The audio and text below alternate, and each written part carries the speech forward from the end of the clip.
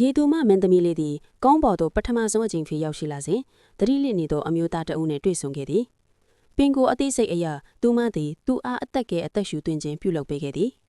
မမျှော်လင့်မဲသူမ၏ပင်လယ်ရေရောက်တန့်ရှင်းသောအမွေအနှစ်ပစ္စည်းသည်ထိုအမျိုးသား၏ခန္ဓာကိုယ်ထဲသို့မတော်တဆဝင်ရောက်သွားခဲ့သည်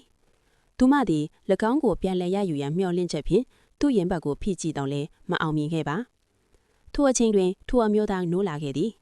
မင်းသမီးလေးမှာထိတ်လန့်သွားပြီးသူ့ကိုလက်သီးဖြင့်ထိုးကတတိလစ်သွားစေခဲ့ပြီးနောက်ပင်လက်ထဲသို့အမြန်ပြန်ပြေးခဲ့သည်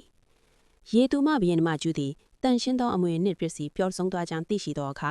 အလွန်ဒေါသထွက်ပြီးသူမကိုပင်လဲပင်မှချက်ချင်းနှင်ထုတ်လိုက်သည်ထို့ကြောင့်မင်းသမီးလေးသည်လူလောကသို့မဖိမနေလာခဲ့ရတော့သည်သို့သောသူမသည်အမျိုးသားအိမ်သားထဲသို့မတော်တဆဝဲမိသွားသဖြင့်လုံခြုံရေးဝန်ထမ်းများ၏လိုက်ဖမ်းခြင်းကိုခံခဲ့ရသည်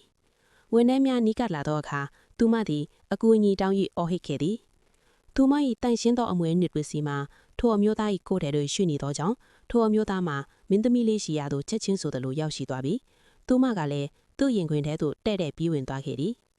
ထိုအမျိုးသားကသူမကိုဘေးသို့ဆွဲထုတ်ကသူမဘသူလဲဟုမေးမြန်းခဲ့သည်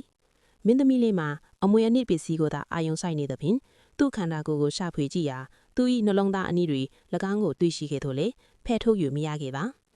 အခွင့်အရေးရသည်နှင့်ထိုအမျိုးသားသည်လုံခြုံရေးကိုခေါ်ကသူမကိုအတင်သို့မောင်းထုတ်လိုက်သည်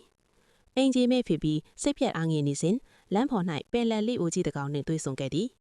ထိုအမွေနှင့်ပစ္စည်းသည်ထိုအမျိုးသားနှင့်ကသားသည်ဖြစ်သွားပြီဖြစ်ကြောင်းနှင့်ထိုလူကသူမကိုချစ်မိမှသာ၎င်းကိုပြန်လည်ရယူနိုင်မည်ဖြစ်ကြောင်းလက်ကြီးကရှင်းပြခဲ့သည်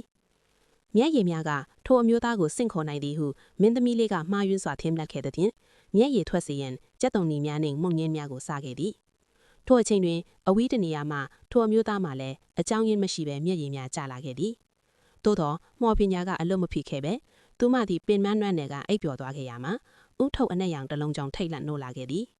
သူမသည်တုံ့ပြန်မှုအနေဖြင့်အကူအညီတောင်း၍အော်ဟစ်လိုက်သည်